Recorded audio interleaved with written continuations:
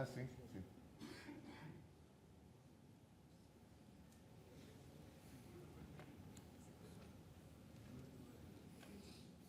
Podemos nos sentar.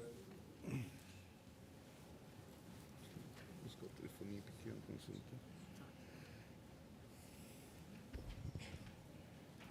Ministro Marco Aurélio, recurso extraordinário 566.819 para prosseguimento do julgamento. Voto de Vossa Excelência. Presidente,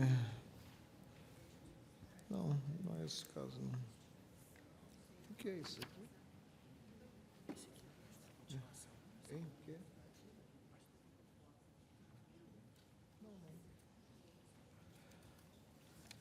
Presidente, os pressupostos gerais de recorribilidade estão atendidos. Procedo à análise para efeito de documentação. A discussão referente à prescrição somente ganhará utilidade se o recurso extraordinário vier a ser provido, reconhecendo-se o direito ao crédito. Perante o juízo, a contribuinte logrou êxito parcial. Foi acolhido o pedido atinente ao direito à utilização do crédito presumido de imposto sobre produtos industrializados, decorrente da aquisição de insumos isentos ou tributados à alíquota zero, usados na fabricação de produtos tributados em relação às operações pretéritas e futuras, assentando-se a prescrição quinquenal. O Tribunal Regional Federal da 4ª Região negou provimento à apelação da contribuinte e deu provimento à da União. Daí o extraordinário da contribuinte. A concessão parcial da segurança transformou-se em indeferimento. A rigor, ao regional somente caberia adentrar a questão alusiva à prescrição se acolhesse o inconformismo da contribuinte ou deixasse de fazê-lo quanto ao da União. No mais, presidente, o plenário, ao julgar os recursos extraordinários 353, 657, dígito 5, Paraná, e 370, 682, dígito 9, Santa Catarina, relativamente à aquisição de insumos não tributados ou sujeitos à alíquota zero, sufragou o entendimento de que o direito ao crédito pressupõe recolhimento anterior do tributo, cobrança implementada pelo fisco, eis as ementas dos referidos acordos redigidos por mim e por Vossa Excelência, o último deles. Aí eu transcrevo as ementas. Pois bem, o raciocínio desenvolvido é próprio tanto no caso de insumo sujeito à alíquota zero ou não tributado, quanto no de insumo isento, tema não apreciado nos mencionados precedentes, quando formalizados os precedentes. Inexiste dado específico a conduzir a tratamento diferenciado, permitindo-se o creditamento relativamente à isenção, em que também não se recolhe tributo, e não se admitindo no tocante à alíquota zero e à não tributação. A respeito da definição técnico-constitucional do princípio da não cumulatividade, valho-me do que consignei quando do julgamento do extraordinário 353.657. Verifica-se, em relação ao IPI, que nada foi previsto sob o ângulo do crédito, mesmo em se cuidando de isenção ou não incidência.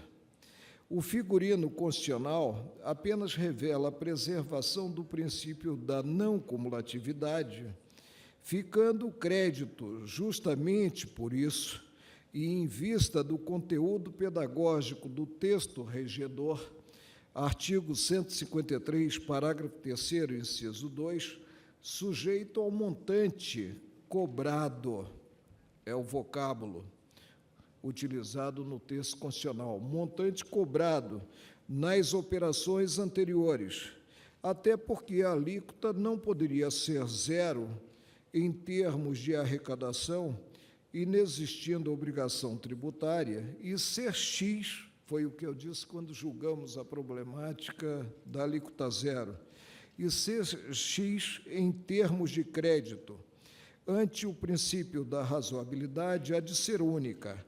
Em outras palavras, essa compensação, realizada via o creditamento, pressupõe, como assentado na Carta Federal, o valor levado em conta na operação antecedente, o valor cobrado pelo fisco. Relembrem-se que, de acordo com a previsão constitucional, a compensação se faz considerado o que é efetivamente exigido e na proporção que o foi. Assim, se a hipótese é de não tributação ou de prática de alíquota zero, e não existe parâmetro normativo para, à luz do texto constitucional, definir-se até mesmo a quantia a ser compensada.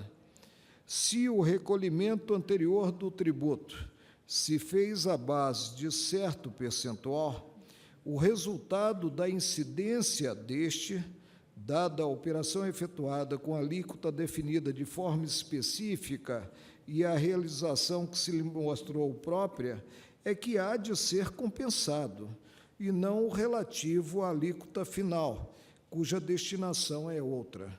Não fosse a clareza do texto, a necessidade dos preceitos maiores serem interpretados de maneira integrativa, teleológica e sistemática, atente-se para as incongruências em face da ilação de que cabe o creditamento em se tratando de não tributação ou de alíquota zero. De início, surge perplexidade quanto à alíquota a ser observada, porquanto, na não tributação, ela inexiste, e na tributação à alíquota zero tem-se absoluta neutralidade, não surgindo, nos dois casos, a definição de qualquer valor. Determinado benefício implementado em uma política incentivadora não pode importar num plus, tornando aquele que, pelo diploma maior, é desonerado do tributo, credor do próprio Estado, invertendo-se a posição em contrariedade ao sistema adotado. A equação segundo a qual a não tributação e a alíquota zero viabilizam creditamento pela alíquota da operação final conflita com a letra do inciso 2 do parágrafo 3º do artigo 153 da Constituição Federal, que versa sobre a compensação do, está entre aspas, montante, é o trecho do preceito constitucional, montante cobrado nas anteriores, diga-se, nas operações anteriores, não tendo sido cobrado nada, absolutamente nada, nada há a ser compensado, mesmo porque inexiste a alíquota que, incidindo, por exemplo, sobre o valor do insumo, revelaria a quantia a ser considerada.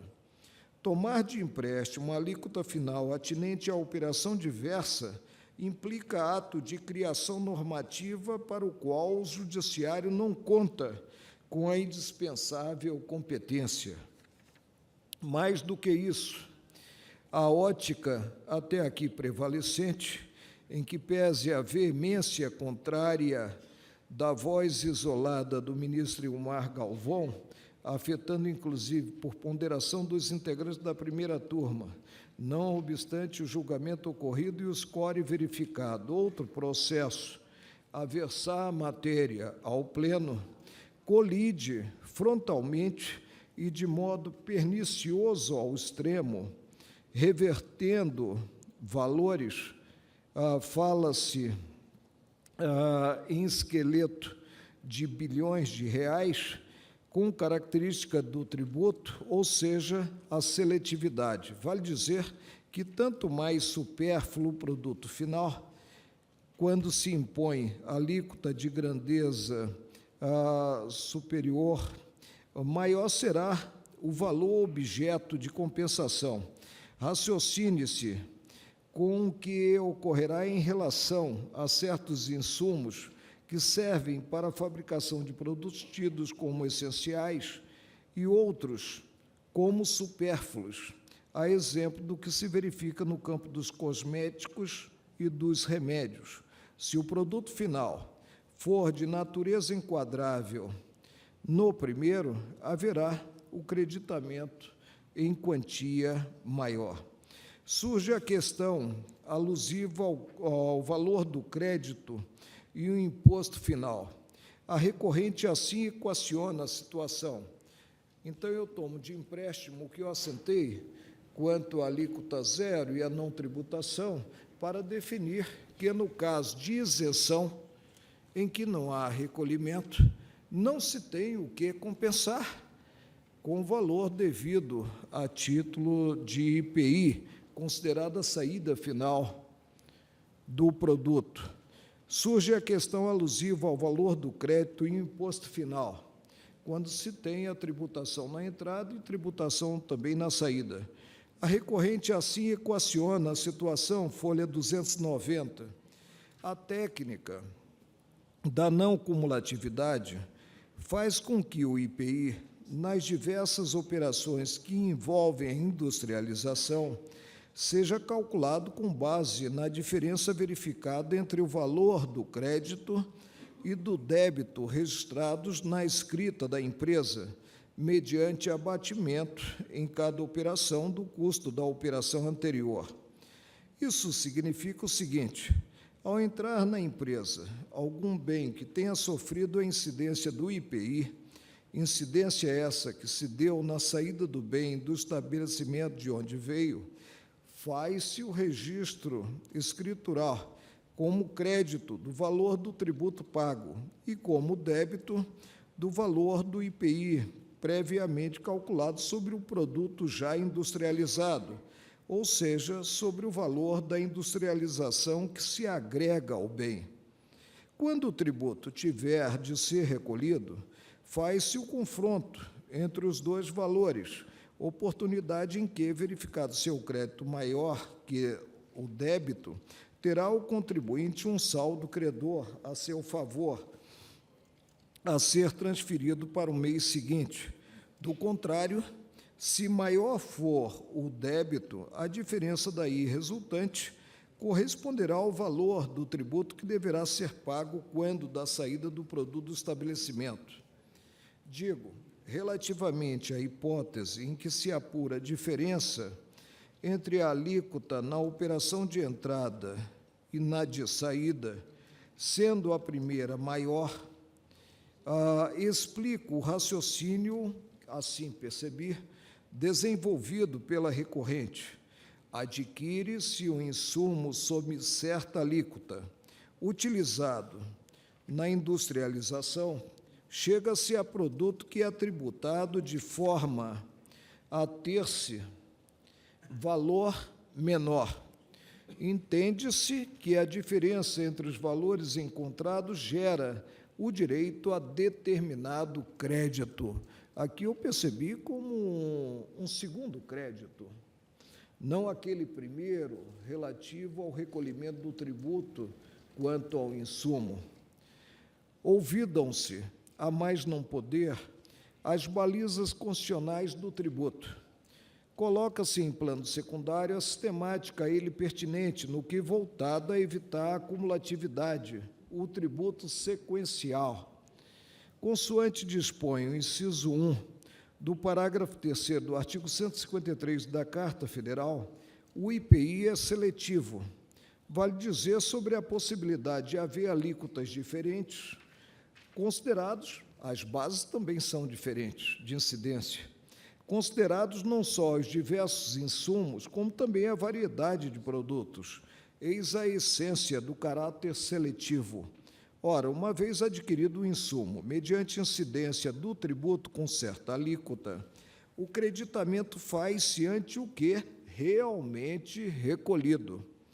A saída final do produto gera novo cálculo, e então, como já ocorreu o creditamento quanto ao que recolhido na aquisição do insumo, a incidência da alíquota dá-se sobre o preço, o valor total.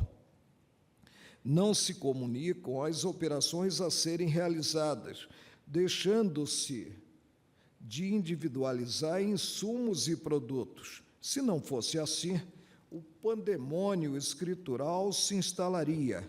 É que o sistema consagrador do princípio da não cumulatividade presente, que é o IPI, que é o ICMS, implica crédito e débito em conta única.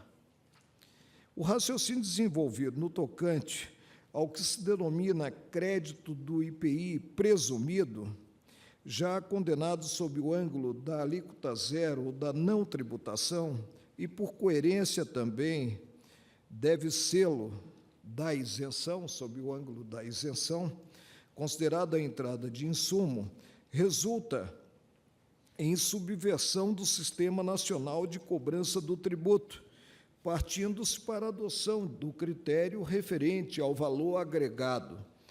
Potencializa, além do que estabelecido em lei, a seletividade. Esta acabaria gerando vantagem à margem da previsão, vantagem para o contribuinte.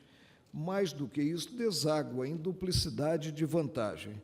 O contribuinte passaria a contar com um crédito inicial escriturado, não há estorno, presente à entrada do insumo tributado e, posteriormente, haveria a apuração do que é agregado para estipular-se, ante a alíquota já favorecida, valor que não seria o do produto final. O raciocínio não só revela desprezo pelo sistema pátrio de cobrança do tributo, como também discrepa das balizas próprias à preservação dos princípios da não cumulatividade e da seletividade. Estas direcionam sempre, quanto ao produto final, a aplicação da alíquota, levando-se em conta o valor respectivo do produto final, porquanto já escriturado o crédito decorrente da satisfação do tributo no tocante ao insumo.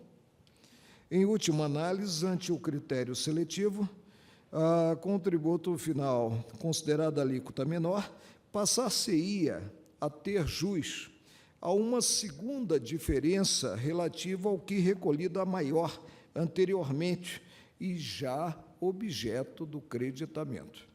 A União, além de insadia política fiscal e social, não alcançar valor que normalmente seria devido na saída final do produto, passaria, em última análise, a ter ônus, logrando o contribuinte uma vantagem em verdadeira substituição ao sujeito ativo do tributo. Desprovejo extraordinário e quanto... Vossa Excelência permite que o relator termine o voto? Vossa Excelência permite que o relator termine o voto? Por favor, Vossa Excelência, está autorizado. Presidente, creio que precisamos realmente adotar uma postura mais rigorosa quanto à interferência dos senhores advogados quando estiver votando o integrante da Corte. Nem mesmo é possível terminar o relator, o voto que está lendo. Estou sempre pronto a ouvir os senhores advogados, mas em esclarecimento de fato e após o término do voto que estiver proferindo. Respeito os senhores advogados como aguardo, e aqui o respeito é mútuo, que respeitem também os julgadores. Eu sempre ressalto que o advogado é indispensável à administração da justiça, mas que atue, no momento adequado. A União desprovejo, presidente, o extraordinário, fica prejudicada em face da manutenção do indeferimento da ordem a questão alusiva à prescrição, isto é, ao que seria a retroação do reconhecimento do direito ao crédito presumido referente a 5 ou 10 anos presumido no tocante à isenção, e também a diferença que aludir a 5 ou 10 anos bem como a atualização monetária, é o meu voto. E digo, presidente, que sempre recebo com um espírito de compreensão, atentando para a angústia dos profissionais da advocacia, os embargos declaratórios. Senhores, portanto, desprover o recurso extraordinário. Para a questão de fato, senhor. Para a questão de fato, excelência. Antes, se me permitir, gostaria de externar publicamente meu pedido de desculpas ao ministro Marco Aurélio. De nenhuma forma quis ferir a autoridade desse Supremo Tribunal Federal. Talvez rabugice aí do vice-decanato. Minhas desculpas novamente, ministro. A questão, de fato, era apenas para esclarecer que concordo com a interpretação de Vossa Excelência com relação à alíquota zero não tributado, mas na isenção há uma alíquota, diferentemente de... É questão de fato. É de fato. Presidente, o advogado não precisa concordar, Obrigado. principalmente considerados os interesses do constituinte, com o voto prolatado por integrantes da Corte para que esse voto ressoe. Ministra Carmen Lúcia. Senhor presidente, senhor ministro, eu ouvi com a maior atenção o brilhantíssimo voto do ministro Marco Aurélio, claro, que honra não tem rabugice nenhum, bem ao contrário, ministro, honra a todos na Corte e nos ensina. Eu tenho um voto longuíssimo, ministro, que tinha preparado, inclusive fazendo alguns quadros. Entretanto, se o ministro relator não, e claro, os meus eminentes pares não tiverem problema, considerando que houve com o resultado e que houve decisões de vários de nós citando os precedentes, eu gostaria de pedir vista, que não precisa nem de ser tão longa, apenas para eu fazer uma leitura pormenorizada e uma adaptação, ministro Marco Aurélio. Como disse, eu tenho um voto mais longo, estudei, mas eu gostaria de pedir vista se Vossa Excelência não tivesse nenhum. Não, pelo contrário, Porque eu fico muito confortado com o seu pedido de vista. Que alguns dos argumentos, inclusive, que eu também tenho aqui, mas que Vossa Excelência expõe, fazendo referência aos precedentes. Eu gostaria só de adaptar, então... A premissa de meu voto é única, né? Pelo texto constitucional, a observância do princípio da não cumulatividade está estampada na consideração do valor recolhido. É o texto constitucional. Montante na cobrado. Operação anterior. Montante cobrado. Montante cobrado. É. Na anterior, que é a operação anterior. Se então, não por houve isso é que cobrança, né? Se não houve cobrança, não há o que compensar, que era a Eu não regra dos vejo anteriores. como ter Mas eu gostaria de... recolhimento. Não, ministro, eu gostaria de, considerando que eu fiz o estudo, eu só queria, de uma vez, ministro, fazer uma pergunta pelo que eu vou trazer. É que há um pedido também referente à prescrição. Sim, não é isso? mas Vossa Excelência conheceu prescrição todo, porque a ligada ao prescrição mérito. fazia... Ligado que é mérito pelo Código então, de por isso é Processo que Vossa Civil, Excelência né, conheceu também como a nessa parte. decadência. Se não reconheço direito, não adentro. Tá. É só porque essa matéria, inclusive, eu verifiquei que no recurso extraordinário, Se a parte nem reconhecesse, se eu teria refere à que Constituição. teria que expungir Não, mas as parcelas já alcançadas pela prescrição, que para mim é quinquenal.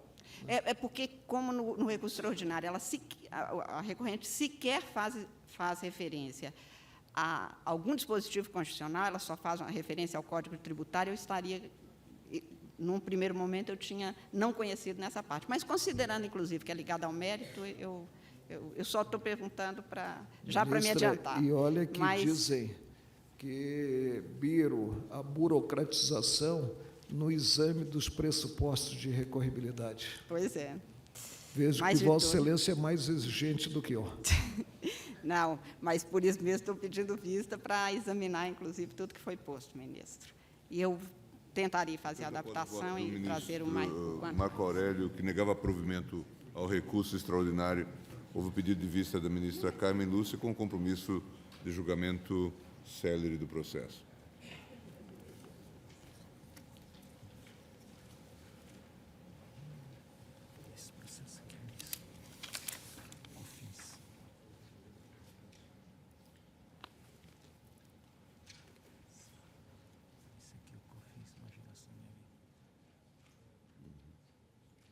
sustentação oral.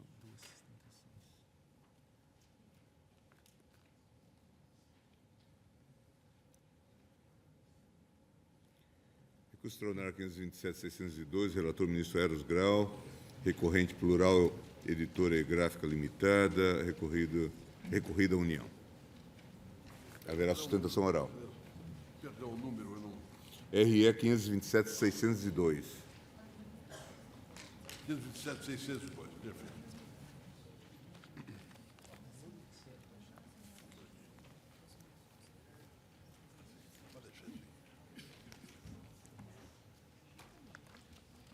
Senhor presidente,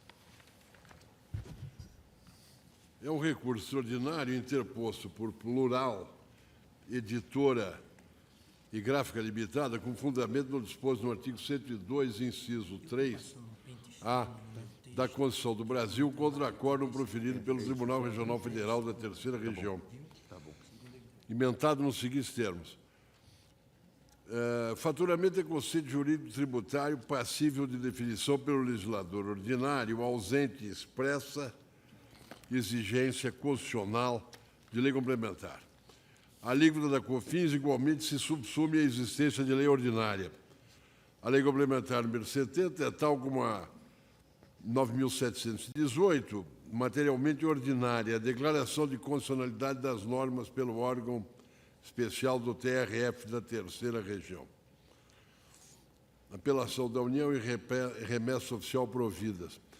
A recorrente sustenta a inconstitucionalidade dos artigos 3º, parágrafo 1º e 8º, caput, da Lei 9.718.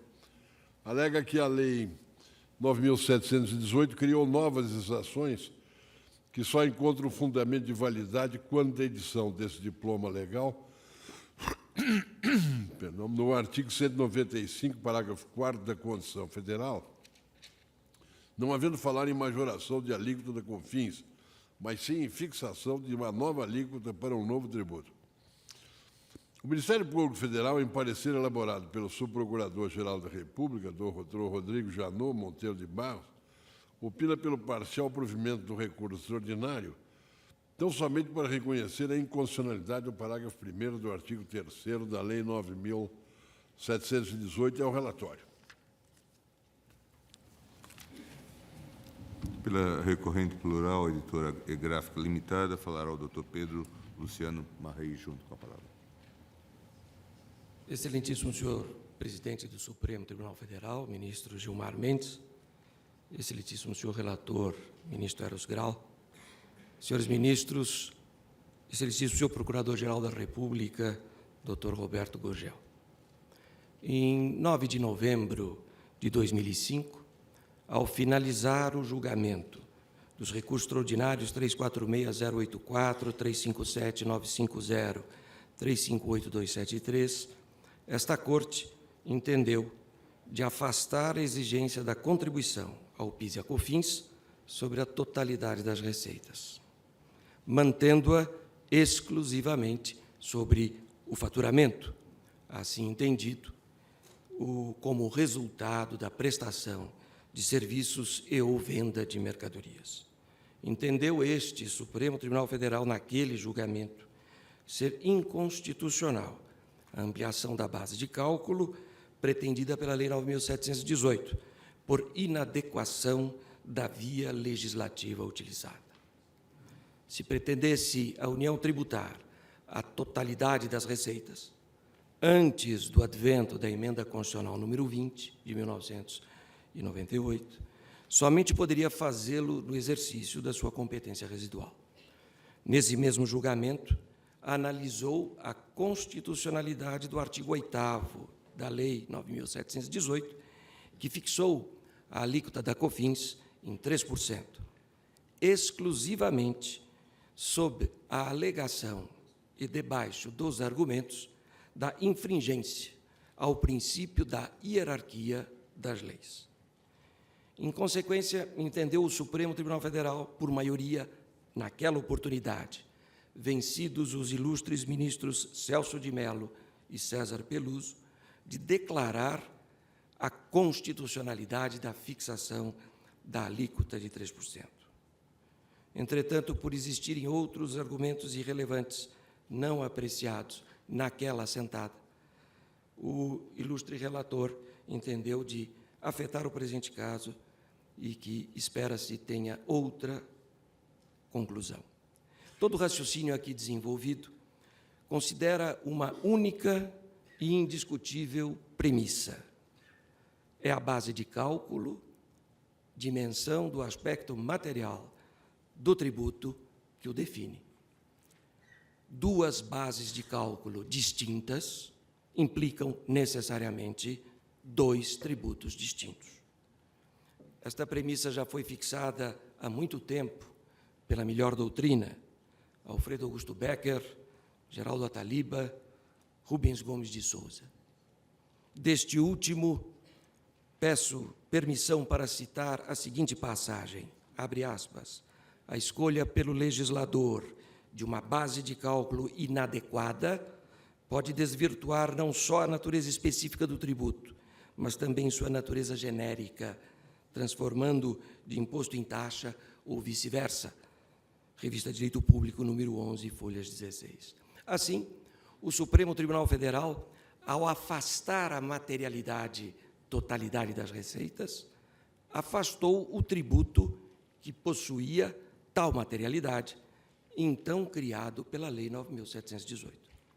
E se entendeu de fazer prevalecer a materialidade faturamento, revigorou o respectivo tributo, nos termos como fora instituído pela Lei Complementar 70 de 1991.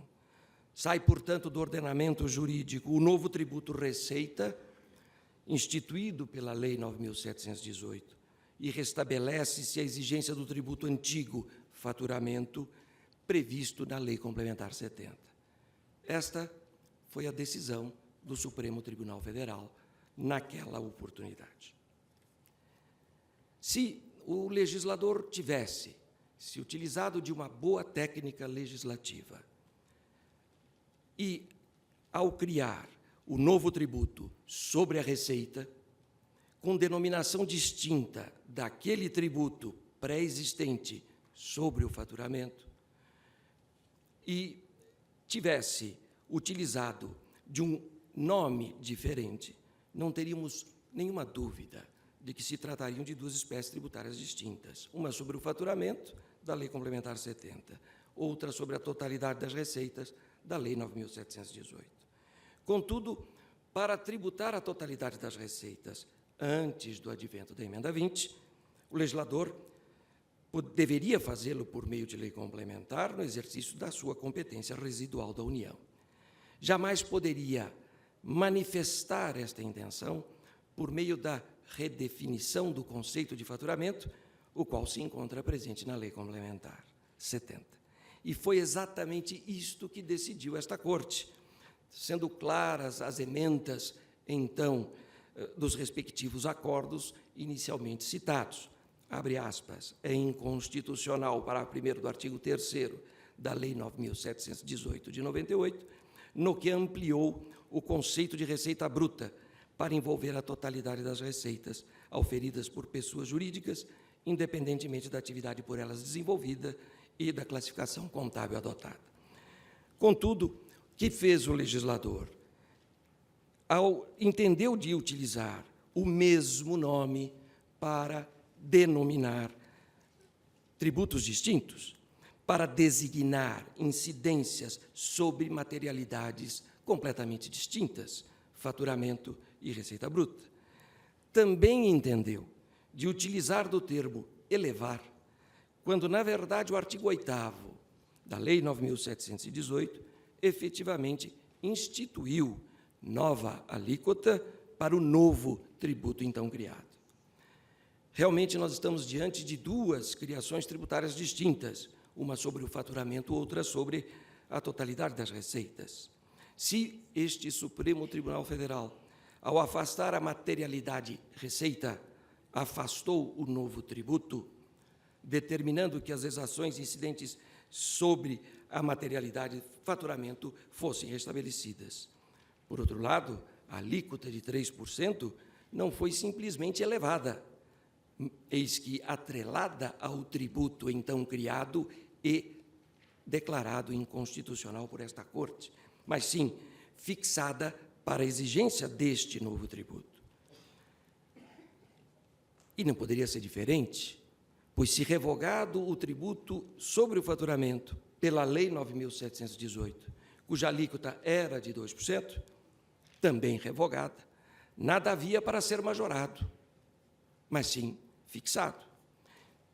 Em consequência, afastado o novo tributo sobre a receita, restabelecendo-se o antigo tributo sobre faturamento, este somente poderia ser exigido com base na alíquota que então se lhe aplicava, qual seja a de 2%. Jamais a razão de 3%, já que esta alíquota foi criada para exigência do tributo que não mais existe, porque considerado inconstitucional por este Supremo Tribunal Federal. Se são dois tributos distintos, portanto, uma vez que distintas as suas materialidades, como se aplicar a um deles a alíquota fixada para o outro? Simplesmente porque tem o mesmo nome? Ou porque a lei fala impropriamente em elevação de alíquota, quando, na verdade, por se tratar de novo tributo, em razão de nova materialidade, só poderia falar em instituição de alíquota de 3%? Portanto, no momento em que a Lei 9.718 ingressou no sistema, elevando, entre aspas, a alíquota da COFINS de 2% para 3%, aquela COFINS referida não era mais a contribuição sobre o faturamento, então revogada, mas sim a nova contribuição incidente sobre a totalidade das receitas, inadvertidamente instituída com o mesmo nome. Ainda que se considerasse autônoma a norma que elevou a alíquota, o único elo de ligação que teria com o tributo antigo, então revigorado, seria a referência ao seu nome, porque o tributo a que se refere a Lei 9.718 não é o tributo antigo sobre o faturamento, mas sim o novo tributo sobre a totalidade das receitas. Isto comprova que somente o nome une os dois tributos distintos, sendo absolutamente inaplicável a alíquota de um sobre a base de outro. Ora, se for possível se admitir a utilização da alíquota de 3% para a exigência do tributo sobre o faturamento, o que não se espera, estaria este Supremo Tribunal Federal atuando como legislador positivo, o que é vedado constitucionalmente. Estas, senhores ministros, são as conclusões dos 5 pareceres que a recorrente fez juntar aos autos: Souto Borges, Celso Antônio Bandeira de Melo, Tércio Sampaio Ferraz, Paulo de Barros Carvalho, Humberto Ávila, todos consultados após o julgamento de 9 de novembro de 2005, foram unânimes em se manifestar. A COFINS, sobre o faturamento, não pode ser exigida a alíquota de 3%.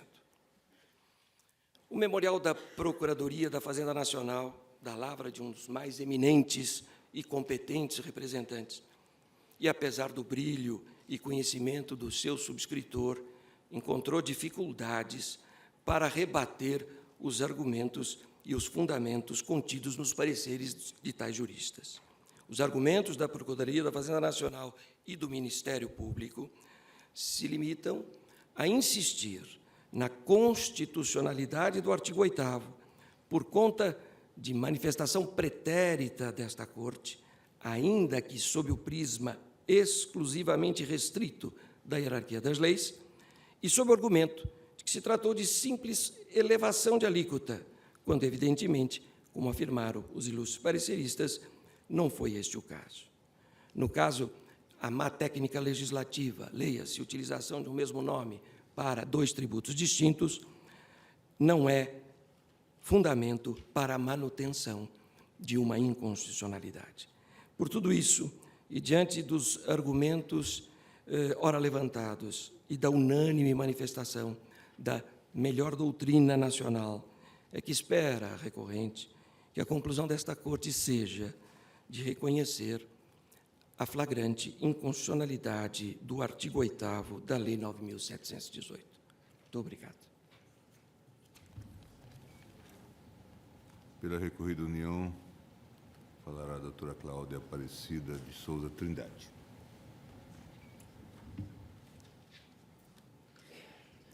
Senhoras ministras, senhores ministros, senhor Procurador-Geral da República, doutor Roberto Rangel, a quem quero ter o prazer de cumprimentar, dar as boas-vindas a esse tribunal.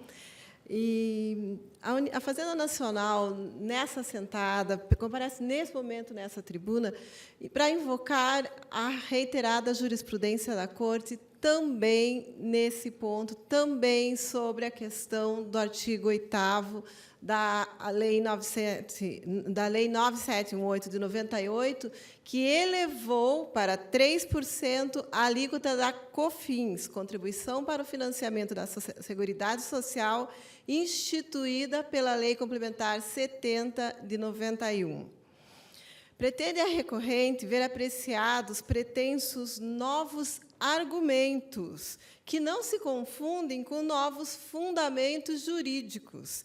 E esses novos argumentos, como já dito nessa tribuna, já foram refutados em inúmeros pareceres, alentado parecer, inclusive, contrapondo todos os demais pareceres apresentados pela doutrina, e a Fazenda Nacional, a Procuradoria-Geral da Fazenda Nacional, se fixou nos precedentes desta Casa. Naquilo que interessa, a jurisprudência dessa Corte já decidiu que a Lei Complementar 70 é formalmente complementar, mais materialmente ordinária, então não procede a questão da inconstitucionalidade, tendo em vista a necessidade de lei ordinária. E, diante dessa manifestação do Pleno da Casa, essa Corte... Aliás, essa Corte afastou, no julgamento 336134, a inconstitucionalidade do artigo 8º. Então, nesse julgamento 336134, essa Corte reconheceu que a validade da alíquota de 3% da Lei 9718. Então, a polêmica restante nesse recurso extraordinário também, posso dizer que já foi pacificada nos RS 336134, 346084, 357950, 358273 e 390804, que analisaram a Lei 9718 e que resultaram na decretação da inconstitucionalidade da ampliação da base de cálculo do PIS e da COFINS e no reconhecimento da constitucionalidade da alíquota. Diante disso, ambas as turmas dessa Corte vêm aplicando esses precedentes. Então, eu só vou mencionar os números dos feitos. Na primeira turma, por votação unânime, o RE 393938. Na segunda turma, o RE 383457. E, a partir daí, Vossas Excelências começaram, em decisões monocráticas, a afastar todas as alegações de inconstitucionalidade do artigo 8º.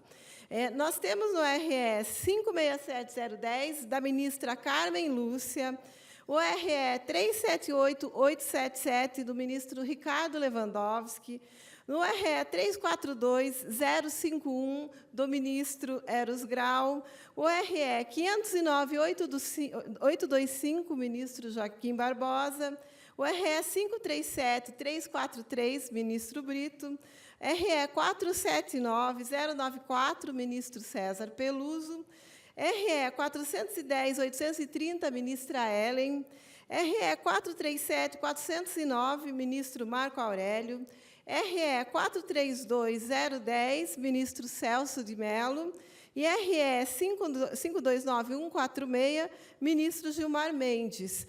E essas decisões monocráticas têm sido confirmadas nas turmas, inclusive com imposição de multa aos contribuintes que insistem em agravos regimentais sobre essa questão. A tese da contribuinte, o novo argumento que a contribuinte traz a Vossas Excelências também já foi afastada, porque ela defende que a Lei 978 haveria criado uma nova exação, uma nova fonte de custeio. Acontece que essa tese da nova fonte de custeio também já foi afastada. Nos RS 470-889 e 407-112, da relatoria do ministro Ricardo Lewandowski, já ficou fixado que não se trata de uma nova fonte de custeio.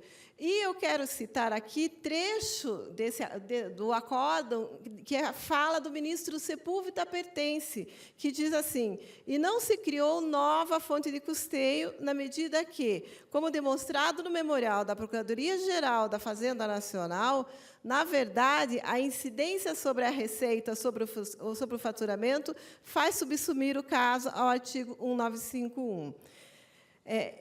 Como eu já disse, em inúmeros outros feitos, esse tribunal afastou quaisquer novos argumentos, porque, na verdade, novos fundamentos jurídicos não foram trazidos à apreciação dessa Corte. Então, por todo o exposto, a Fazenda Nacional espera a manutenção da jurisprudência da Corte e, na remota hipótese de uma revisão de precedente jurisprudencial, haveria que se ter a modulação dos efeitos em nome da segurança jurídica, tendo em vista que existem inúmeras decisões transitadas em julgado. Eu, até, a título de curiosidade, gostaria de mencionar que, procurado pela imprensa, a imprensa disse, não, porque as empresas alegam que terão um rombo enorme no seu faturamento e que, para a União, como é de 1% de diferença, não vai fazer diferença. Ao contrário, a receita auferida com essa contribuição, com essa diferença de alíquota, é na casa de 35 bilhões anuais. E as empresas, por outro lado, a maioria desistiram dos recursos, não recorrem mais, ou as que mantiveram seus recursos têm tido seus recursos indeferidos, desprovidos por esta casa. Então, ninguém vem recolhendo a alíquota menor, e sim, como esse tribunal já considerou válida a nova alíquota, a alíquota vigente é a alíquota já reconhecida por essa casa. Então, essas são as palavras da Fazenda Nacional. Muito obrigada. Ministro. Ao julgar os recursos ordinários 346, 084, 358, 273, 357, 950 e 390, 840, no dia 9 de novembro de 2005, declarou a inconstitucionalidade do parágrafo 1º do artigo 3º da Lei 9.718. A Corte entendeu que a noção de faturamento enunciada no artigo 195, inciso 1 da Constituição, na redação anterior à emenda 20, não legitimava a incidência das contribuições sobre a totalidade das receitas auferidas pelas empresas contribuintes. Advertiu ainda que a superveniente promulgação da emenda constitucional não teve a virtude de validar legislação ordinária anterior, que se mostrava originariamente inconstitucional. No que respeita à constitucionalidade do artigo 8º da Lei 9.718, a majoração da alíquota de 2% para 3%, COFINS, examinando o voto do relator do RE 357950, o ministro Marco Aurélio, tenho que a constitucionalidade da majoração da alíquota não foi examinada sob o fundamento da exigência de lei complementar. Vê-se bem na AC 951, decisão monocrática do ministro Carlos Brito, que esse fundamento efetivamente não foi ainda considerado pelo Supremo. E ainda no RE 455788, agravo regimental, relatora a ministra Carmen Lúcia, tem-se que o fundamento não foi examinado por ausência de pré-questionamento. Eu creio que essa é uma primeira vez que vamos examinar, ou uma das primeiras vezes que se examina essa questão, digo para não ocorrer em risco de equívoco. Ainda em outros recursos, o tema da majoração da alíquota foi considerado sem o exame, contudo, da exigência de lei complementar. No RE 455635, relator ministro Marco Aurélio, no RE 502.898, relator ministro Carlos Brito, nos RS 406 173, tais e quais, relator ministro Ricardo Lewandowski.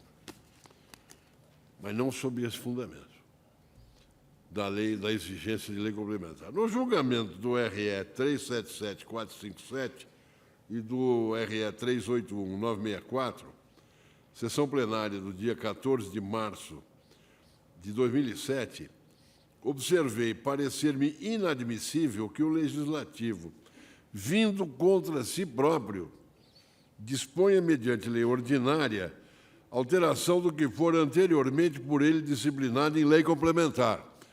Algo assim parecido como, por lei complementar, alterar a Constituição, guardadas as devidas proporções.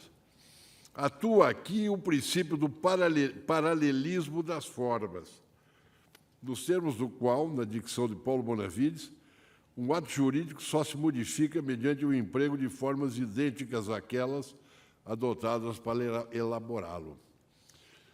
Junto aos autos, a íntegra do meu voto naquela assentada, mas vou destacar breve trecho do que disse então. A lei complementar, como tal, se caracteriza em razão do quórum qualificado de aprovação na Câmara dos Deputados e no Senado Federal, artigo 69 da Constituição. Então, ela será complementar. Como é assim, disse ser ela formalmente complementar. E isso basta, já que o nosso direito positivo não faz distinção entre lei complementar formal e lei complementar material. Daí porque se há de dizer que a circunstância de tratar ou não tratar determinada lei de matéria da estrutura do Estado não significa absolutamente coisa nenhuma para que se a tenha ou não como lei complementar. O direito brasileiro desconheceu o que seria uma lei complementar material. Não interessa ao direito positivo nacional cogitarmos do que possa vir a ser uma lei complementar material. De resto, como observou Vitor Nunes Leal, em princípio, todas as leis são complementares, porque se destinam a complementar princípios básicos enunciados na Constituição. A Constituição do Brasil indica em inúmeros preceitos matéria a respeito das quais incumbe ao Legislativo legislar por lei complementar. Vale dizer, legislar nos termos do disposto no seu artigo 69. Tem-se aí o que se costuma referir como reserva constitucional positiva da lei complementar. Quanto às matérias abrangidas por essa reserva, não é admissível a edição de medida provisória. Parágrafo 1º, inciso 3 do artigo 62 da Constituição. O que cumpre a essa altura indagarmos, pois, é o seguinte: o Legislativo estaria sujeito a uma reserva constitucional negativa da lei complementar? Em outros termos, ele apenas poderia dispor, mediante lei complementar, em relação às matérias inseridas na reserva constitucional positiva da lei complementar? Ou poderia também fazê-lo em relação a outras matérias? Tenho que a possibilidade de o Legislativo dispor lei complementar não se esgota no quadro da chamada reserva constitucional positiva de lei complementar. O Legislativo não está, como nunca esteve, impedido de dispor sobre contribuições sociais mediante lei complementar. Onde seria encontrada na Constituição vedação dessa ordem? Ora, se assim é, e é assim, não nos incumbe desautorizar, ainda que obliquamente, o ato legislativo complementar, caracterizando-o como ordinário, pois é efetivamente isso que se dá, digo com as vênias do eminente relator, eu me referi àquele voto, do qual eu estou lendo o trecho, pois é isso efetivamente o que se dá quando a Corte afirma que o artigo 6º, inciso 2 da Lei Complementar é materialmente ordinário. Quando se afirma que a lei complementar não é lei complementar, mas é lei ordinária. Do mesmo modo, não vejo como se possa admitir que o Legislativo, vindo contra si próprio, disponha, mediante lei ordinária, a alteração do que ele próprio decidira anteriormente através de lei complementar. A lei complementar, concluo então, número 70/91, é, no seu artigo 6º, 2, lei complementar. O entendimento de que ela seria apenas formalmente complementar, mas não materialmente complementar, parece-me, no bojo do direito brasileiro, também com as devidas vênias, inteiramente sem sentido. E, mais a mais, a Constituição do Brasil não veda ao Legislativo a eleição de determinada matéria para ser legislada mediante lei complementar, sempre que não se verifique invasão da competência reservada expressamente à lei ordinária. Por isso, senhor presidente, eu dou total provimento ao recurso. Primeiro, para determinar a exclusão do alargamento da base de cálculo da COFINS e do PIS, previsto no parágrafo 1º do artigo 3º da Lei 9.718, por declarada a inconstitucionalidade desse texto normativo por esse tribunal. E, segundo, para declarar a inconstitucionalidade do artigo 8º da Lei 9.718.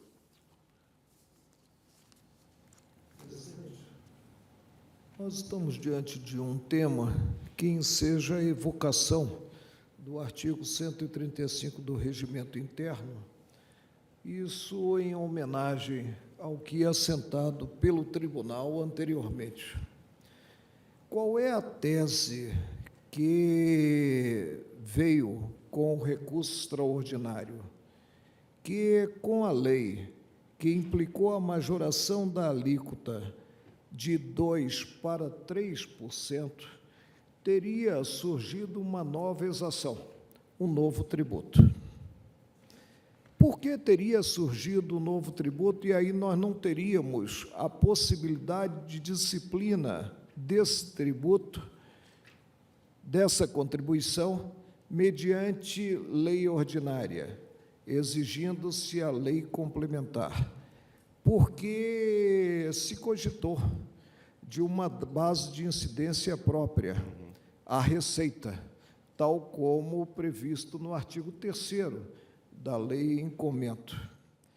Acontece que, quando realmente a emenda constitucional número 20, ela aditou o 195.1 para versar a obrigação patronal de recolhimento, a obrigação da categoria econômica de recolhimento, não só considerado o faturamento, como também a receita ou faturamento.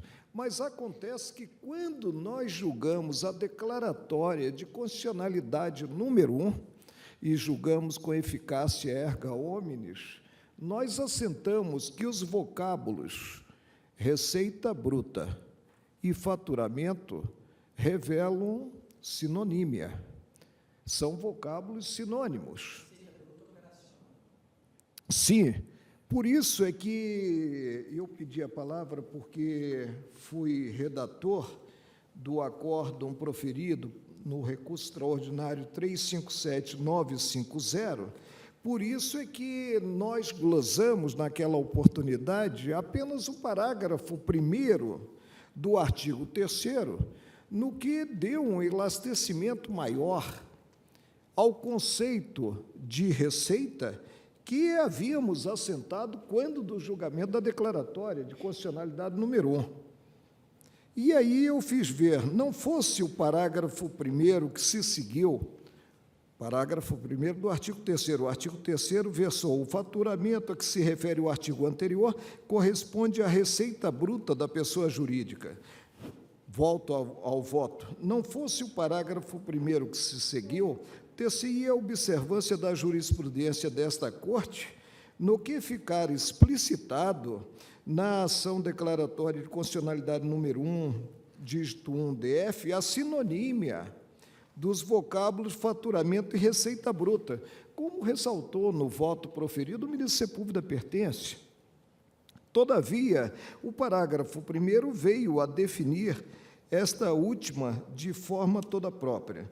Então, a prevalecer o entendimento do contribuinte, nós teremos dupla contrariedade à jurisprudência do tribunal.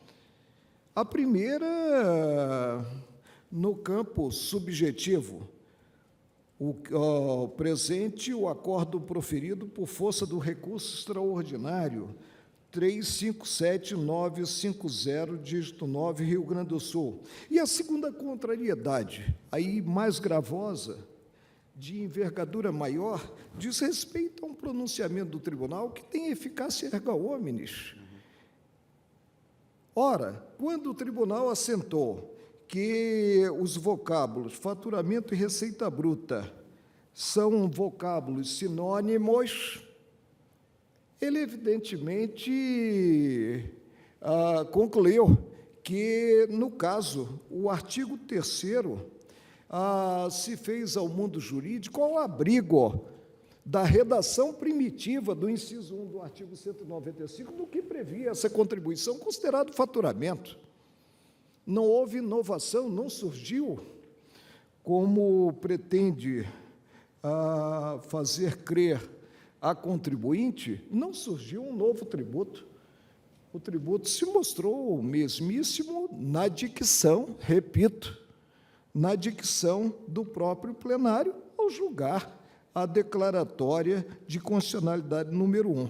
Ora, se o tributo disciplinado pela lei já estava compreendido, e foi o que nós assentamos na declaratória número 1, no que é previsto na redação primitiva, em vigor quando editada a lei. Eu não estou aqui a cogitar de constitucionalidade superveniente, não é isso, né?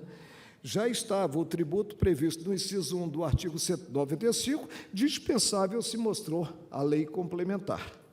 A lei complementar de que cogita o parágrafo 4º do 195. Por isso, eu peço vênia ao relator para desprover o extraordinário. Ministra Carmen. Permite só fazer uma observação. No meu voto, não há nenhuma consideração da tese de que teria havido um novo imposto, não. O fundamento do meu voto é outro. Só para deixar claro, o fundamento do meu voto é que a matéria é matéria de lei complementar e que foi alterada por lei ordinária. É fundamentalmente isso. Vossa Excelência exclui a possibilidade dessa contribuição ter sido, a criação dessa contribuição ter ocorrido, considerado o disposto no inciso 1 do artigo 195, na redação primitiva, no que versava o faturamento. Mas acontece que foi o tribunal que, na declaratória número 1, apontou que faturamento e receita bruta, né, dizem respeito à mesma coisa. Não, eu só esclareci porque a tese sustentada pelo autor, pelo recorrente, é mais ampla do que o fundamento do meu voto. Ministra Carmen Lúcia. Senhor presidente, eu também peço vênia ao eminente relator, mas eu mantenho o entendimento que já tinha sido firmado pelo tribunal. Como disse a Fazenda, na verdade, é argumento novo de uma matéria que foi debatida, inclusive, no que se refere à lei complementar e lei ordinária, expressamente, naquele anterior debate, parece-me que vencido o ministro César Peluso e o ministro Celso de Mello, mas Desculpa?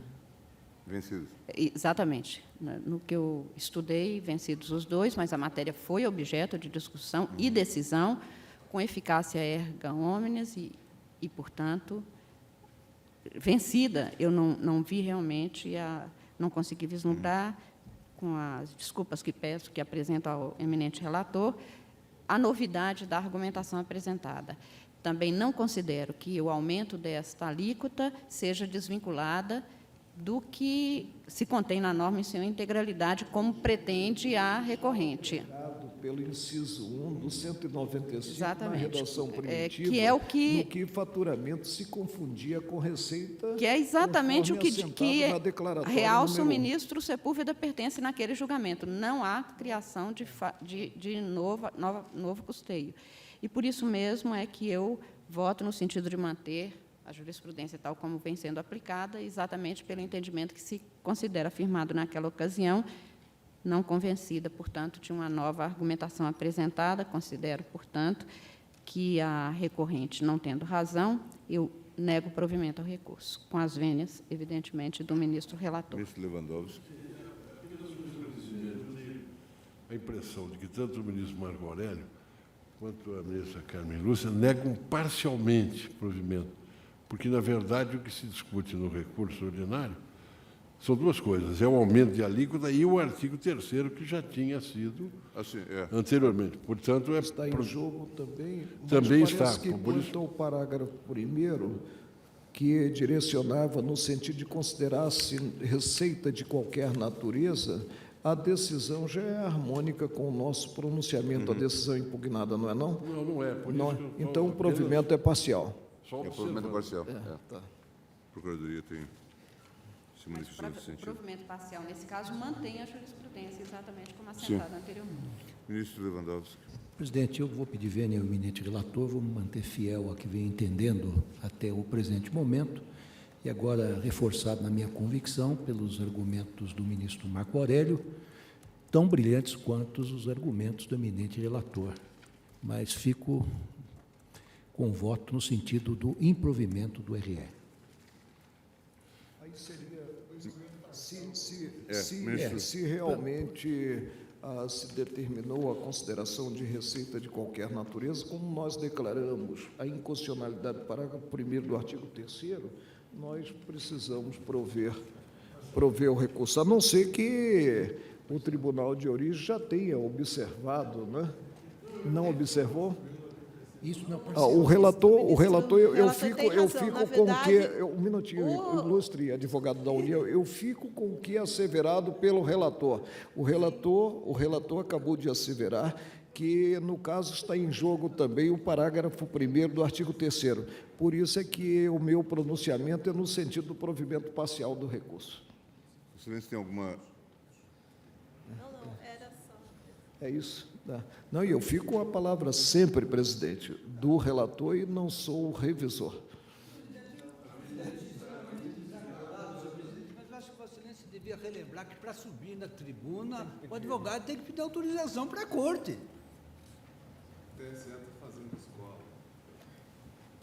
É a liturgia. É a liturgia que precisa ser retomada e nós devemos, não estou criticando a ilustre advogada da União, precisamos retomar, inclusive nos órgãos fracionados, no plenário nos órgãos fracionados. O advogado, depois de sustentar, para ter novamente a palavra, deve pedir licença, em primeiro lugar, ao presidente. Vamos fazer com Mas no que TSE, seja ministro observado. Joaquim Barbosa, como aqui, o presidente nunca perdeu o controle das coisas, não. Sempre. Prática de sempre pedir para esclarecer. Sim, aí já é outra coisa. É a confusão entre questão de fato e questão de direito. Mas Mas o poder de polícia que assiste ao presidente, lá e cá, tem sido exercido com rigor. que se faça inicialmente o pedido para que então assome a tribuna. Hein? De modo a que se observe essa disciplina de maneira rigorosa.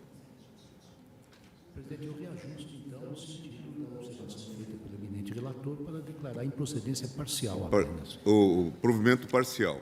Isso é provimento parcial. Ministro Joaquim Barbosa. Peço vênia ao ministro Eros Grau para dar provimento parcial, tão somente para afirmar a inconstitucionalidade da modificação da base de cálculos, da COFINS e do PIS, ou seja, artigo 3º, parágrafo 1º, mas para reafirmar a constitucionalidade do artigo 8º. Eu tenho voto escrito sobre a matéria e requeiro a juntada desse voto. Ministro Carlos Brito. Senhor presidente, também peço vênia ao ministro relator, Eros Grau, para acompanhar a divergência. Ministro César Beluto. Senhor presidente, como já tinha ficado vencido a jurisprudência da Corte, eu ressalvo meu ponto de vista em nome da segurança jurídica, acompanho a Parcial, divergência com devido respeito. Ministro Andrés. Eu, senhor presidente, acompanho a divergência inaugurada pela ministra Carmen Lúcia, homenageando os precedentes da Corte. Os Marco Aurélio já se pronunciaram com o debate. Ministro Celso de Mello. Senhor presidente, eu também, ressalvando o meu ponto de vista, a respeito da questão pertinente à pretendida declaração de inconstitucionalidade da majoração da alíquota da COFINS de 2% para 3%, eu peço vênia ao eminente relator para acompanhar a divergência que se iniciou com o voto do eminente ministro Marco Aurélio. E observe, inclusive, senhor presidente, que o eminente ministro Eros Grau, no seu doutíssimo voto, manteve-se extremamente fiel e coerente à orientação que sustentou quando do julgamento dos RS 502, 898, não, 377, 457 e 381, 964, de que Vossa Excelência foi relator, quando o Supremo Tribunal Federal reconheceu, sim, a necessidade de se estabelecer uma diferença entre a lei complementar em sentido formal e regras de direito material constantes de lei formalmente complementar e que foram tratadas como regras de caráter meramente ordinário. Portanto, o voto do ministro Eros Grau mostra-se coerente com a posição vencida de Sua Excelência nesses dois precedentes de que Vossa Excelência, senhor presidente, foi relator. Mas, pedindo vênia, eu conheço do presente recurso e lhe dou parcial provimento, porque reafirmo também aqui no ponto a inconstitucionalidade do parágrafo 1º do artigo 3º, na linha também do precedente que o plenário dessa Corte já afirmou nessa matéria, a respeito do parágrafo 1º do artigo 3º. Dispositivo já deve ter sido comunicado. Apenas uma explicitação, por que veio à baila esse problema de lei ordinária, revogar lei complementar, né? A premissa de meu voto não é essa. Se estivesse em jogo essa matéria, eu teria, inclusive, que reafirmar o ponto de vista, né, que eu lancei. Ou seja, a lei revogadora deve ter a mesma hierarquia da lei revogada. Aqui o que se discute, na verdade, é se a exação estaria ou não alcançada pela previsão do artigo 195, inciso 1. Diz que sim a partir do que é assentado quando do julgamento da declaratória número 1. E dizendo que sim, eu, evidentemente, não aciono o parágrafo 4º, que eu acho que é o parágrafo 4º, Parágrafo 4º do 195. que exige lei complementar para a criação de outras contribuições não previstas no artigo. Senhor presidente, a minha observação foi meramente incidental, mas referente não ao que o ministro Marco Aurélio disse, mas sim à observação feita pelo ministro Eros Grau, no seu douto voto. Que marcou a questão do paralelismo das formas. Exatamente, do paralelismo das formas. Eu não quero ficar ainda em dúvida se a Corte se manifestou ou não sobre essa questão do paralelismo. Se manifestou e rejeitou. Então, vamos dizer, manifestou-se e rejeitou. Porque, senão, nós vamos ter outro os fundamentos indicam nesse sentido. Na verdade, eu já havia tido discussão com o ministro Celso. Ao contrário do que lembrar, observou o ministro Marco Aurélio. A questão da COFINS em relação às sociedades profissionais. As sociedades profissionais, portanto, e foi objeto dessa discussão, quando Vossa Excelência proferiu também voto bastante brilhante com este teor. Mas eu também peço licença ao ministro Eros Grau para que, pedindo todas as vênias, acompanhar a divergência instalada a partir da provocação do ministro Marco Aurélio e do voto da ministra Carmen Lúcia, na linha da jurisprudência já assente do Supremo Tribunal Federal e proclamo o resultado. O tribunal deu provimento parcial ao recurso nos termos...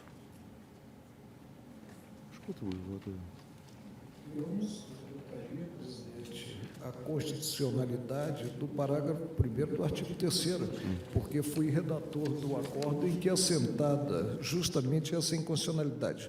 Talvez a confusão quanto a quem deva redigir o acordo decorra do fato de a ministra Ellen Grace ter dito que acompanhava a ministra Carmen Lúcia, o que foi, de certa forma, não corrigido, porque Sua Excelência não erra, né? A ministra Ellen Grace, o que foi explicitado aí quanto à divergência pelo decano, ministro Celso de Mello. Fico com a redação, se o plenário assim Não entender. vejo nenhuma dificuldade.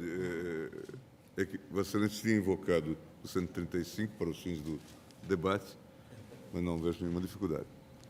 Fica, portanto, o relator para o acordo, ministro Marco Aurélio.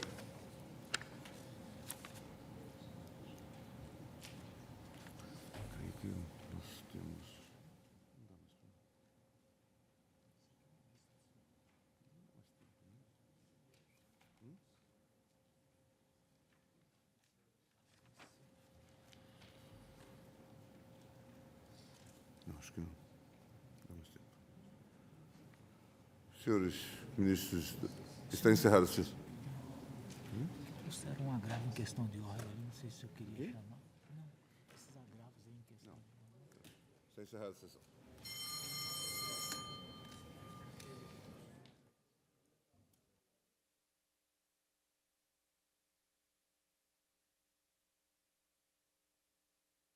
Karina, então, portanto, nós temos um encontro marcado essa semana. Amanhã, exatamente. Nós tivemos 3 sessões plenárias na segunda-feira, com a abertura dos trabalhos.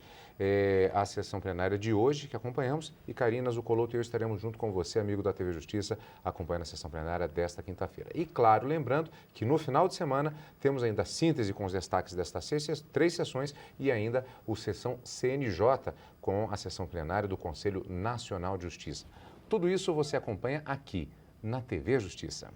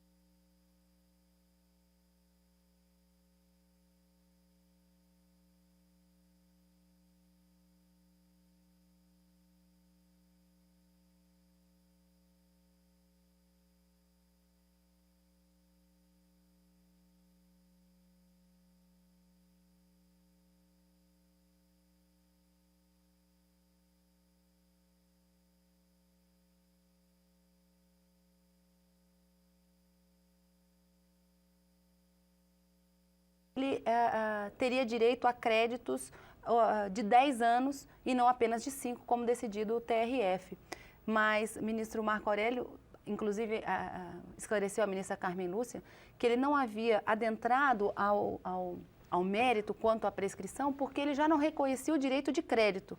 Não reconhecendo o direito de crédito, não há que se falar no prazo quinquenal da prescrição, né, porquanto não se tem direito. Não se tem o direito, então não há que se falar se ele é de 5 anos ou de 10 anos. Isso. E, posteriormente, houve o outro recurso, também extraordinário, em que foi relator ministro Eros Grau, entendendo que a majoração da COFINS de 2% para 3% dependia de lei complementar e não poderia ter sido feito por lei ordinária, mas a maioria, os demais ministros não entenderam assim, porque sob o a conduta, vamos dizer assim, do voto do ministro Marco Aurélio, não tratava-se de uma criação de um novo tributo, mas a majoração apenas desse tributo, e que então eles davam parcial provimento, porque um dos motivos do recurso extraordinário era que o TRF havia confirmado na sua decisão a constitucionalidade do artigo 3º, parágrafo 1º da lei, né, que faz as alterações tributárias no âmbito federal.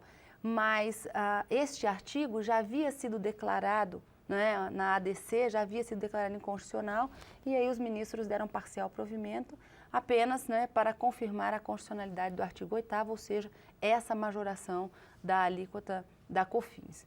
Então, houve um parcial provimento neste segundo recurso extraordinário e com relação ao anterior, né, que tratava do creditamento do IPI, pedido de vista da ministra Carmen Lúcia, que se comprometeu a trazer em breve o resultado, novamente o processo a julgamento, em breve com o resultado do seu voto.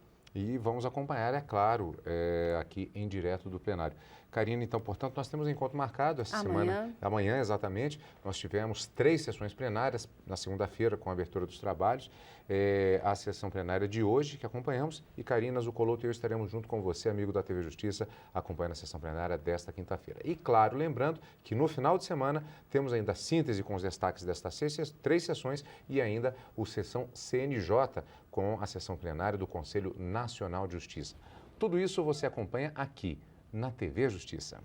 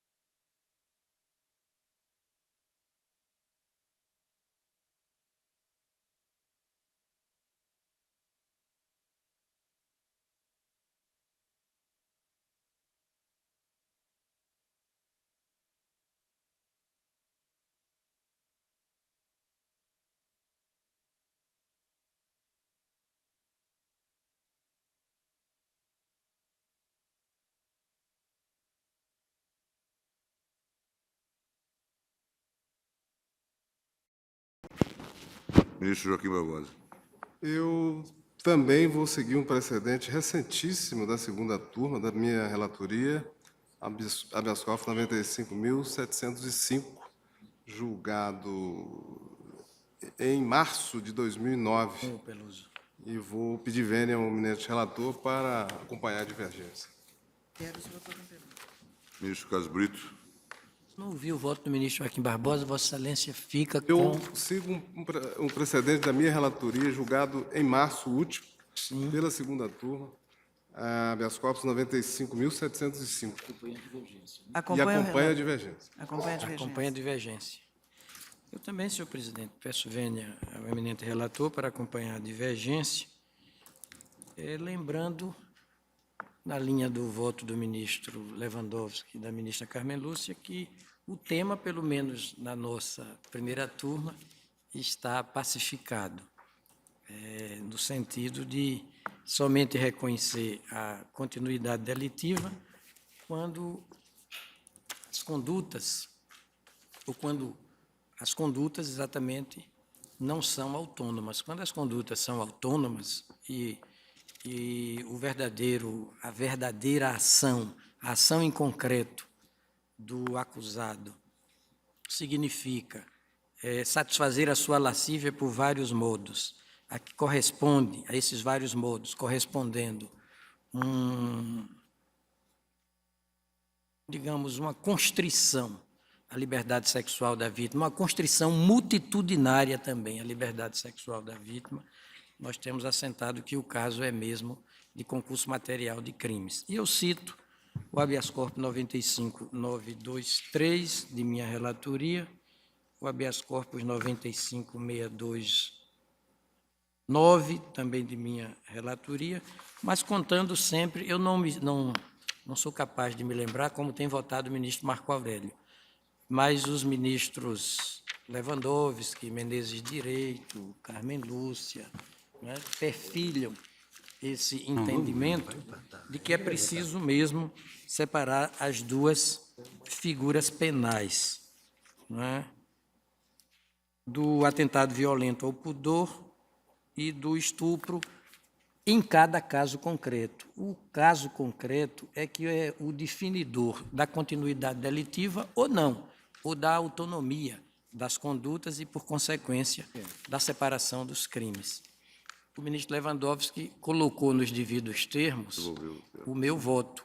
Em que sentido eu tenho votado, fazendo sempre a distinção a partir do caso concreto. Conforme disse, não tenho me lembrado do voto do ministro Marco Aurélio, mas desses outros que citei eu me lembro bem, e por isso eu peço vênia ao ministro Peluso para acompanhar a divergência. Também eu, senhor presidente, vou pedir vênias ao ministro relator para rememorar voto que proferi no habeas corpus 91.370, decisão de 20 de maio de 2008, em que a segunda turma novamente reafirmou que não há falar em continuidade delitiva dos delitos de estupro e atentado violento ao pudor. Eu referia naquele precedente a precedentes dos ministros Carlos Veloso, HC 70.427, e do ministro Ilmar Galvão, o HC 68.877. Mas a essas referências eu agrego mais ainda a revisão criminal 4.762, de relatoria do ministro Moreira Alves, o HC 70.334, de relatoria do ministro Sidney Sanches, o RE 111.083, de relatoria do ministro Aldir Passarinho, o HC 83.453, da relatoria do ministro Carlos Veloso, o HC 89.770, da relatoria do ministro Eros Grau, o HC 95.413, de relatoria do ministro Menezes Direito, e o mais recente, o HC 88.466, de relatoria do ministro Carlos Brito. Todos estes precedentes seguem na mesma linha que adoto. É o voto convênio do relator. Presidente, creio que não estamos aqui a perquirir absorção. Absorção pelos atos praticados e que consubstanciariam o atentado violento ao pudor pelo tipo do 213, o estupro. Estamos a versar a continuidade delitiva. E, sob o ângulo da continuidade delitiva, em primeiro lugar, devemos observar que o que se contém no artigo 71 é uma norma que visa beneficiar o agente. E, em se tratando de uma norma que vise beneficiar o agente, não se pode partir na interpretação de uma ótica que acabe por prejudicá-lo, inserindo até mesmo no preceito exigências que nele, preceito, não se contém.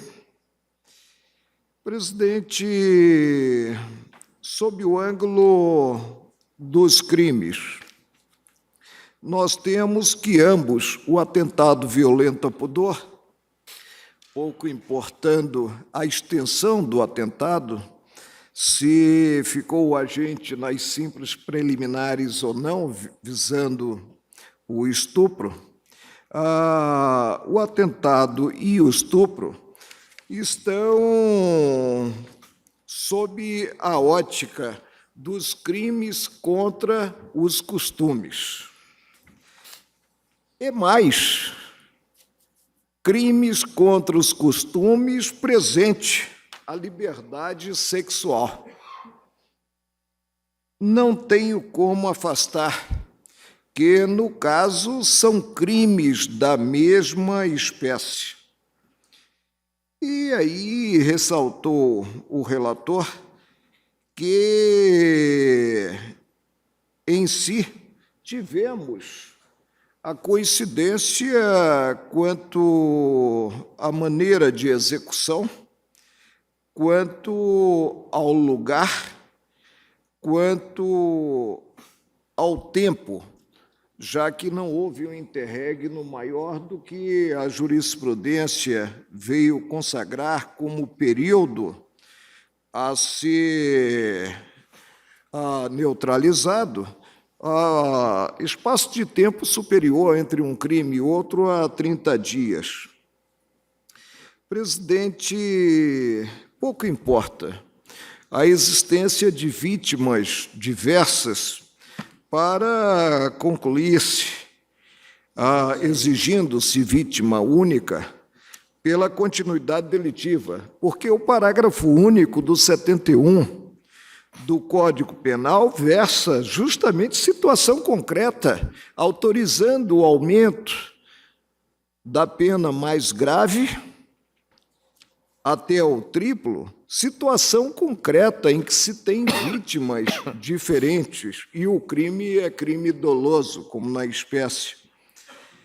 E vejo, presidente, que se colocou no ângulo político-normativo os dois crimes sob o ângulo da penação, como se estivessem no mesmo patamar, se colocou os dois crimes na mesma vala. Ou seja, não cabe sequer acionar o 71 no que direciona a tomada de empréstimo da pena mais grave, considerados crimes diferentes, para chegar-se ao aumento, e aqui o aumento pode ir até o triplo, não é o aumento da cabeça do artigo 71, de 1/6 a 2/3, né? No caso concreto. Presidente, para demonstrar o entrelaçamento, vamos partir para uma ficção jurídica. Imaginemos que o ordenamento jurídico em vigor não versasse como versa o atentado violento ao pudor. e que, consideradas práticas presente a liberdade sexual, não se chegasse ao estupro. Caminharíamos ou não caminharíamos para a tentativa? Não houvesse o tipo autônomo do atentado violento ao pudor, caminharíamos para a conclusão sobre a tentativa, o que demonstra que esses crimes são crimes da mesma espécie e estão entrelaçados. Não vejo, presidente, como se distinguir também, e aí devo me redimir, considerado o precedente referido, em que atuou como relator na primeira turma o ministro Ricardo Lewandowski, no habeas 96.959, não podemos partir porque estaríamos a cogitar de um requisito não contemplado no artigo 71 do Código Penal para a gradação do atentado. Se, por exemplo, ficou restrito ao que eu apontei numa picardia carioca como preliminares, ou se chegou até mesmo ao coito anal. Não cabe essa distinção. O que requer o preceito é que se tenha crimes, duplicidades, da mesma espécie. E aqui não vejo como se assentar que o atentado e o estupro não são crimes da mesma espécie. Reconheço que a jurisprudência do tribunal se sedimentou no sentido de afastar-se o 71 do Código Penal. Mas sempre é hora de evoluir-se para se homenagear a ordem jurídica e o que se contém em termos de normatividade. Acompanho o presidente, o relator, e acompanho o relator apontando que o Código Penal italiano foi a lei para cogitar, em se tratando de atentado violento ao pudor e de estupro, para cogitar da absorção. Presente crime único e não duplicidade delitiva que atrai, segundo a regência pátria, atrai um instituto que é diverso do Instituto da Absorção, que é o Instituto da Continuidade Delitiva. Acompanho o relator concedendo a ordem. Senhor presidente, quero registrar inicialmente um fato que não mais constitui evento singular ou peculiar.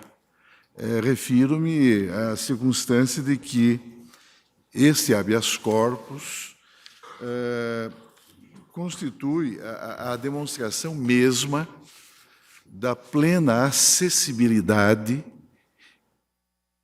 do Supremo Tribunal Federal a qualquer pessoa, mesmo aquelas pessoas desprovidas de recursos financeiros e que, do fundo do cárcere, manuscrevem uma petição inicial impetrando em seu benefício uma ordem de habeas corpus. E, mais importante ainda, o comportamento do eminente ministro Peluso revela a seriedade com que o tribunal aprecia esses pleitos, não importando se bem ou mal fundamentados juridicamente, mas o que é importante é o fato de que o tribunal dispõe-se, por seu próprio plenário, a discutir, a partir de tal provocação formal, uma tese que tem merecido um amplo debate em ambas as turmas.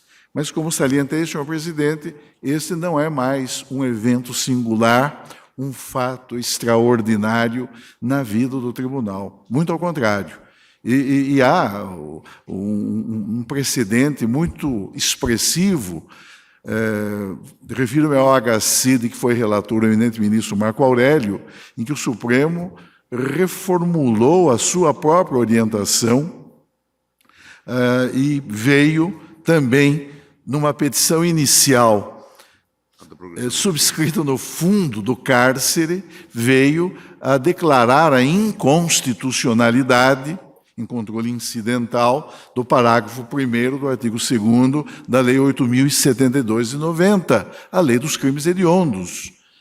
Eu friso esse aspecto porque cada vez mais observo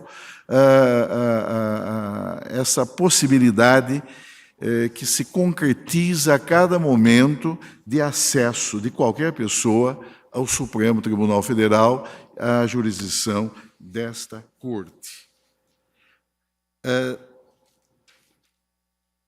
Eu vou pedir vênia, no entanto, senhor presidente, ao doutíssimo voto proferido pelo eminente ministro relator, voto que realmente enriquece o julgamento, mas eu tenho uma posição diversa e que tenho expressado em decisões proferidas nesta Corte, como no HC 95071 do Rio Grande do Sul e no HC 97662 de São Paulo, onde essa mesma questão foi discutida.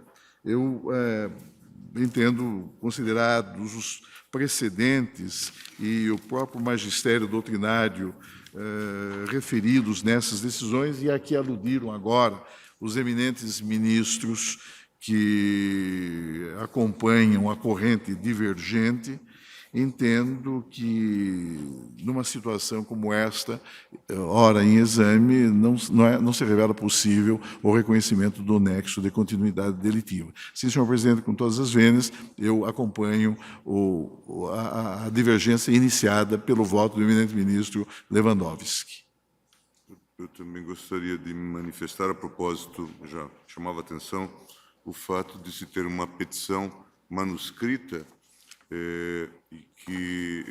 dirigida aparentemente contra uma decisão do STJ, que não existe. O eminente relator apontou que, na verdade, a última decisão fora do Tribunal de Justiça de São Paulo. Daí o exame da questão, na perspectiva da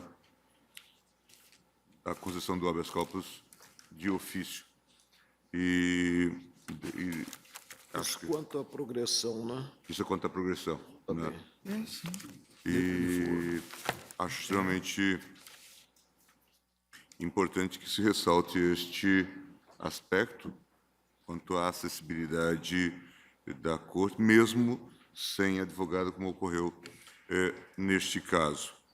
Eu peço vênia à maioria já formada para me filiar à tese sustentada a partir do voto do relator, ministro César Peluso, entendendo que também aqui haveria de se acolher a possibilidade, a admissibilidade da continuidade delitiva. Tenho voto nesse sentido, mas não vou me estender, proclamo o resultado. Tanto... O tribunal concede a ordem de ofício quanto à progressão? Quanto à progressão, entendo que não há nenhuma dúvida, né, desde que feitas as verificações, né, que Vossa Excelência já colocou no seu voto, né, acho que está concedido, e negou-se quanto a, indeferiu-se quanto à possibilidade de continuidade delitiva na espécie. Ministro Joaquim Barbosa, Vossa Excelência... Já estou pronto. Realmente, o apuratório englobou a questão do crime do artigo 4º do Decreto 368. No entanto, o Procurador-Geral da República só formulou denúncia com relação àqueles dois fatos. Eu reformulo, portanto, o meu voto para me limitar a acolher a denúncia contra Silas Campos, recebimento integral da denúncia contra Silas Campos pelos dois crimes já mencionados. Não, nenhuma dúvida quanto a isso. Portanto, recebida a denúncia em relação à falsidade ideológica, ao uso de documento falso. documento falso. Senhor ministro, vamos fazer uma breve interrupção e voltamos.